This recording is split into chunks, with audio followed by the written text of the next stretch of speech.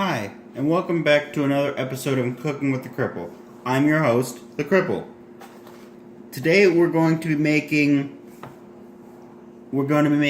deep fried shrimp and some corn to go along with that. So, in 1 cup I've got the dry team, which consists of paprika, a cup of flour, and some salt. Now the paprika and the salt, you do it as you want it. Like, I don't prefer my seafood or anything really to be salty, so I didn't add that much salt to it. And I like paprika, like the subtle taste of paprika, so I added some of that in, and it's all I measured, meaning EYE, not I, but I just, what is the word I'm looking for? Spitballed? I don't know, but whatever. But in the other one, I've got 3 eggs. Some recipes call for large eggs, some call for medium eggs, but I just used eggs. So I've got 3 eggs and some pepper, which again, I eyeballed. That's the word I was looking for. I eyeballed it, and I mixed it up, and I basically just made scrambled eggs. So I've got 12 ounces of raw deveined shrimp, and I've got the oven over here cooking up the oil. Well, not cooking up, but warming up the oil, and I've got a thermometer in there. You'll see it later, but I've got a thermometer. You want to cook, well, not cook, I need to stop saying cook, but you want to warm up your oil to be at 375 ideally. Like, that's the perfect range to do it. And so what we're gonna do is go get another fork. That's the one thing I forgot. So I'll be right back. And you're also going to use the forks.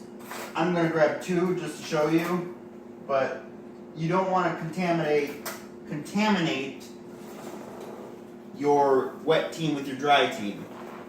And so we're going to do this.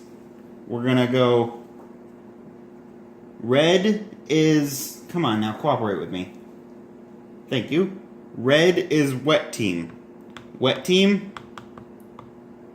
And then you submerge it, you soak it, so it's kind of got that drip to it.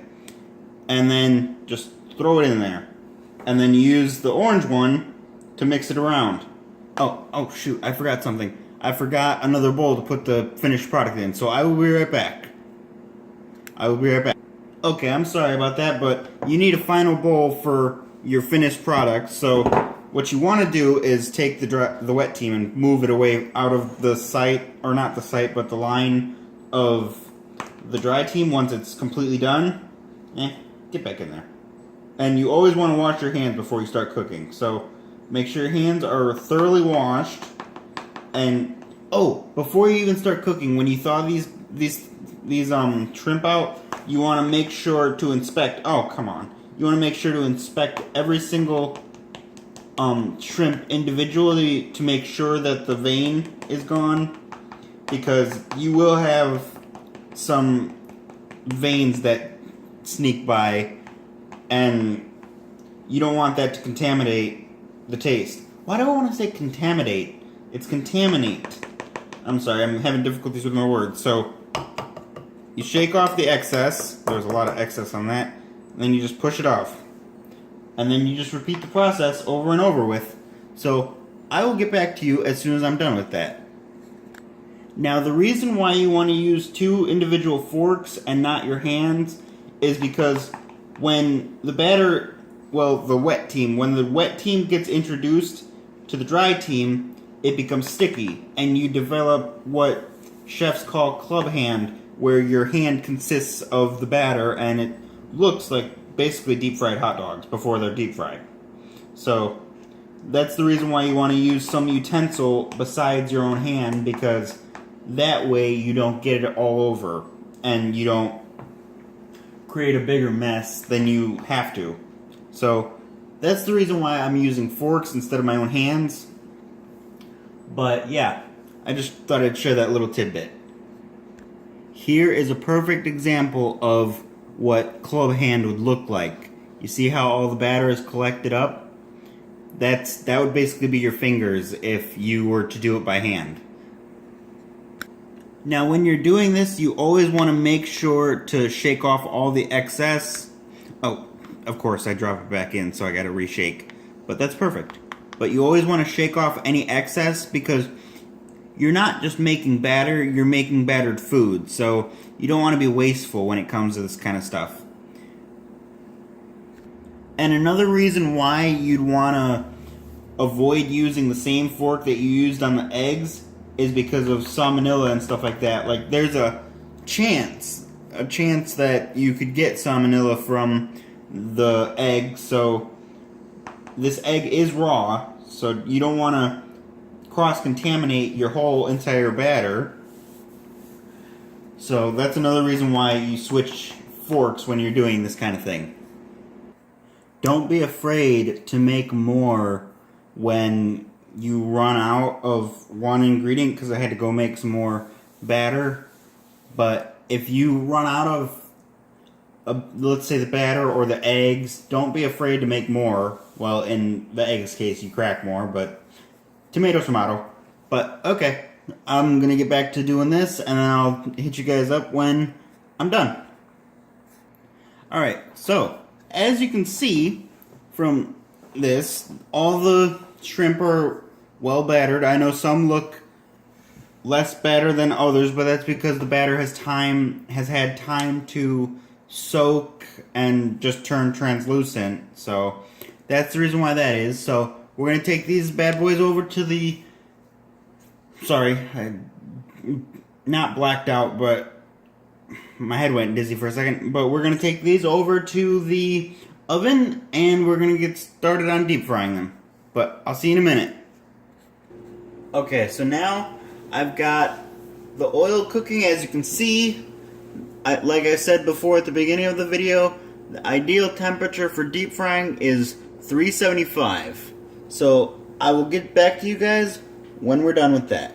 Or when we're at 375. We're at about 70 right now. So we got a little ways to go.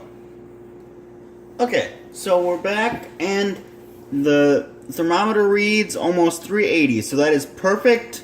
You gotta turn the heat down. There we go. And you're gonna let these... Oh, I know what I forgot, I'm sorry.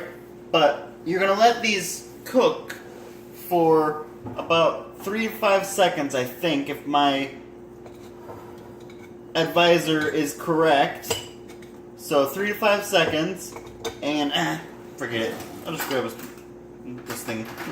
Whatever this thing's called. One of these. But just spear it. And hold on. Gotta make sure that it's on there properly, otherwise disaster strikes. But we're gonna wait a couple seconds, and then we're gonna transfer it over to the, what's it called? The plate.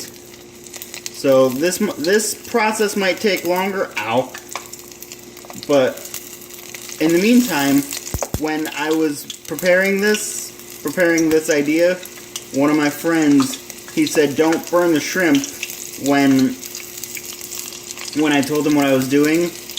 And I said, what about me? And he goes, well, that's also important. Don't burn yourself too. So, shows you what kind of friends I've got. And he watches my videos all the time. He knows I'm just teasing with him. But yeah, I will get back to you guys when I'm done with this. So, see ya for right now. Listen to that, though. That sounds amazing. I don't know if I can angle it any lower. Oh, you guys can see it. Okay. But they're cooking. This is my this is my second batch. And then I've got one more after this, and then I'm done. And I will show you guys the final product. Here you have it. I know you can't really see it because of the pan, but there we go. Here we go. This is all the shrimp. And then all you really got to do the corn is throw some sweet corn into a pan, and then just let throw half a teaspoon of butter into the corn with it, and then let that simmer for a little while.